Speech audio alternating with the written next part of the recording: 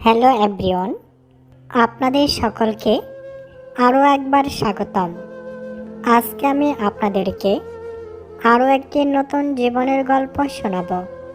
তো আশা করব গল্পটি সকলেই একটু মনোযোগ দিয়ে শুনবেন এবং ভিডিওটি দেখে ভালো লাগলে লাইক, কমেন্ট, শেয়ার করে চ্যানেলটি সাবস্ক্রাইব করে দেবেন। আর অবশ্যই আপনার একটি মূল্যবান মতামত কমেন্ট বক্সে জানিয়ে দিবেন। তো আমি সরাসরি মূল গল্পে চলে যাচ্ছি। গল্পটি হলো এই যে, কিস্তির টাকা উঠিয়ে আমার স্বামীকে দেই। আমার স্বামী সব টাকা খরচ করে ফেলে, আর তখন কিস্তির টাকা পরিশোধ করতে পারি না, যার কারণে আমাকে অনেক ব্যয়যুক্ত হতে হয়। কিভাবে এই ঘটনাটি ঘটল অল্প সময়ে আপনাদের সাথে আমি শেয়ার করব। আমি একজন বিবাহিতা। 5 বছর আগে আমার বিয়ে হয়েছে। বর্তমানে স্বামীকে নিয়ে ঢাকাতে আছি। একটি গার্মেন্টসে হেল্পার হিসাবে কাজ করি। আমার স্বামী একজন হকার, কিন্তু আমার স্বামী ঠিকমতো কাজে যায় না। একদিন গেলে 3 দিন যায় না। কিন্তু সংসার খরচ তো আর বসে থাকে না। কাজ না করলেও সংসারের খরচ ঠিকই আছে, যার কারণে দিনের পর দিন আমরা ঋণগ্রস্ত হয়ে যাই এবং এক সময় আমার স্বামীকে নিয়ে সংসার চালাতেই হিমশিম খাই। তাই চিন্তা করলাম কিছু টাকা কিস্তি উঠিয়ে স্বামীকে দেই, এবং স্বামী যদি ব্যবসা করে তাহলে হয়তো কিস্তির টাকাটা পরিশোধ করা যাবে এবং আমি প্রতি মাসে যে টাকা পাই তা দিয়ে কিস্তির টাকা শোধ করতে পারবো। মনে অনেক আশা নিয়ে, স্বপ্ন নিয়ে সমিতিতে যাই এবং গিয়ে 20,000 টাকা সমিতি থেকে উঠাই। 20,000 টাকা উঠিয়ে আমার স্বামীকে ব্যবসার কথা বলি। আমার স্বামী কিছুদিন ব্যবসা করে, কিন্তু ব্যবসাতে তত ভালো করতে পারে না। তার কারণ একটাই, আমার স্বামী সময় মতো কাজে যায় না। সকাল 11টায় ঘুম থেকে ওঠে, কাজে যেতে যেতে 1টা বেজে যায়। আপনারাই বলুন, এভাবে কাজ করিলে কি আর সংসার চলে? তাই 20,000 টাকা কিভাবে শেষ হয়ে গেল বলতেও পারিনি।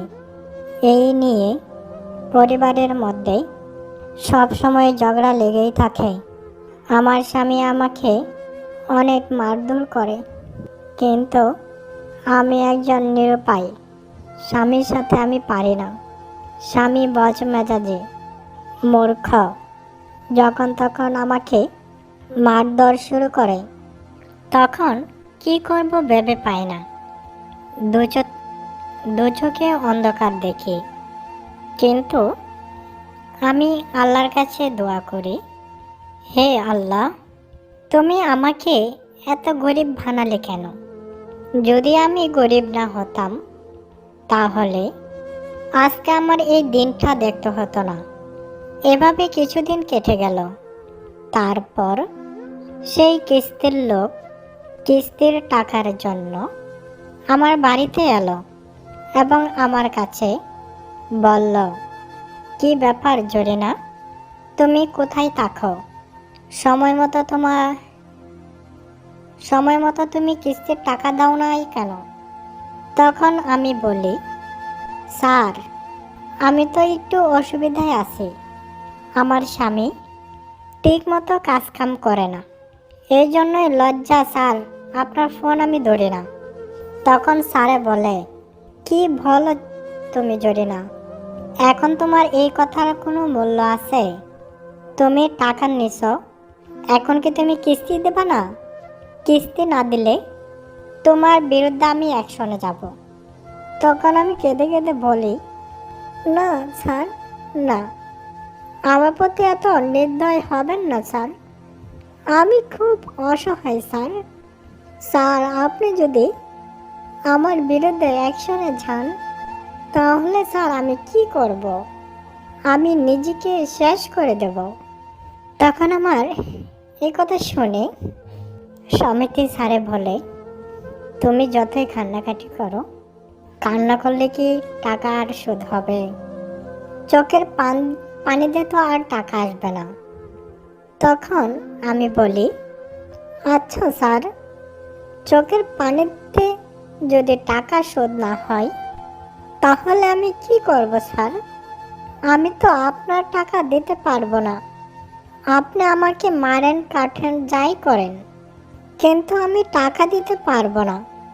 তখন স্যার আমার প্রতি রেগে গিয়ে বলে, দেখো জরিনা, তুমি টাকা নিয়েছো, টাকা দেবে। তোমাকে অনেক সত্য মেনটেন্স করে টাকা দিয়েছিলাম। এখন যদি তুমি টাকা না দিতে চাও তাহলে আমার ব্যবস্থা আমি করব। তখন আমি স্যারের পায়ে গিয়ে পড়লাম। স্যারের পায়ে জড়িয়ে ধরে বললাম, স্যার, আমার প্রতি একটু দয়া করুন। আমাকে এত বড় শাস্তি দিবেন না। স্বামীর কথায় কিস্তি উঠিয়েছিলাম, আজ আমি বিপদে পড়ে গেছি। আমি যখন স্যারের পায়ে ধরে কান্না কান্না কণ্ঠে এসব কথা বলছিলাম, তখন স্যার নজর দিল খারাপ নেশায় এবং আমার কাপড় চোপড় এলোমেলো ছিল। তখন স্যার চোখ রাঙিয়ে আমার জাম্বুরাগুলার দিকে একদম তাকিয়ে রইল। তখন আমি লজ্জায় সেখান থেকে চলে যাই।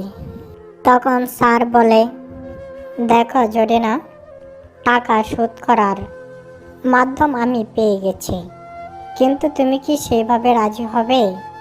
কি বলেন স্যার, কি করলে টাকা শোধ হবে? একবার বলেই দেখুন। টাকা শোধ করার জন্য আপনি যা বলবেন আমি তাই করতে প্রস্তুত। আর তখন স্যার বলে, না, তুমি যে সুন্দরী মেয়ে, তোমাকে কিছুই করতে হবে না। যা করার আমিই করব। তুমি শুধু দেখেও না দেখার ভান করবে এবং তুমি তোমার যে মূল্যবান সম্পদ আছে সেই সম্পদটা তোমার সেই মাঠে আমি একটু ক্রিকেট খেলতে চাই, আমি একটু ব্যাটিং করতে চাই। তুমি শুধু দেখবে, কিন্তু নিষেধ করতে পারবে না। আমি যে ব্যাটিং করব সেটাতে কি তুমি রাজি থাকবে? তখন আমি বলি, কি বলেন স্যার, কোথায় মাঠ আর কোথায় আপনি ব্যাটিং করবেন? দেখুন স্যার, আমি মূর্খ মানুষ, আমি এত কিছু প্যাচগুজ বুঝি না। যা বলার স্পষ্ট করে বলুন। তখন আমি স্যারের মতলব বুঝতে পারলাম এবং তখন আমি বুঝতে পারলাম স্যার কি বলছে। তখন স্যারকে আমি বললাম, দেখুন স্যার, আমি গরিব হতে পারি, কিন্তু আমি খারাপ না। আপনি আমাকে যেরকম ভাবছেন আমি সেরকম মেয়ে না। আমি প্রয়োজনে ভিক্ষা করে খাবো, তারপরেও টাকার কাছে আমি ইজ্জত বিক্রি করব না।